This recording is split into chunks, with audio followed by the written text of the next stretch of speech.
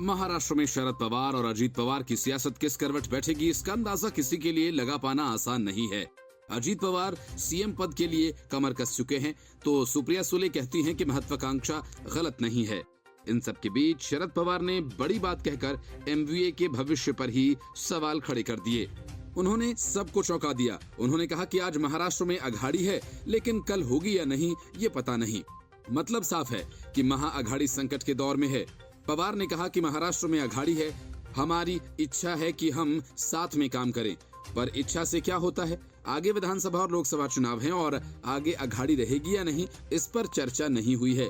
शरद पवार ने कहा कि कई प्रक्रिया होती है, सीट बंटवारे का मुद्दा होता है, पार्टियों के विषय है, तो अभी कैसे कह सकते हैं।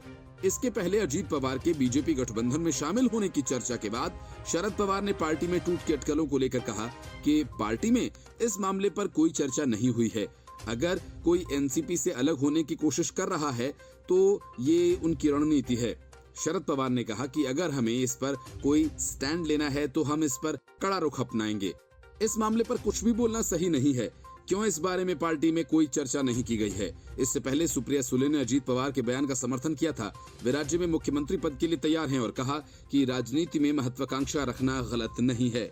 सुप्रिया ने कहा कि राजनीति में महत्वाकांक्षा या सपना होना गलत नहीं है, सबके पास होता है, इसलिए मुझे नहीं लगता कि इसके बारे में खुलकर कहने में कुछ गलत है। सुले ने बताया कि वास्तव में वो अपनी महत्वाकांक्षा के बारे में बात करने में बहुत ईमानदार हैं। इससे पहले एक इंटरव्यू में 2024 के चुनाव में महाराष्ट्र के मुख्यमंत्री पद की उनकी आकांक्षा के सवाल पर प्रतिक्रिया देते हुए एनसीपी नेता अजीत पवार ने कहा था कि 2024 क्यों, हम अभी भी मुख्यमंत्री पद पर दावा करने को तैयार हैं।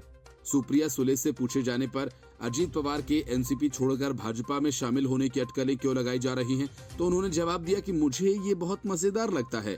सुले ने कहा कि अभी गपशप चल रही है, ये दुर्भाग्यपूर्ण है कि कोई भी किसानों के मुद्दे पर ध्यान केंद्रित नहीं कर रहा। मीडिया में अजीत पवार के बारे में अफवाहों और अटकलों के बजाय इन मुद्दों को एजेंडे में ऊपर होना चाहिए।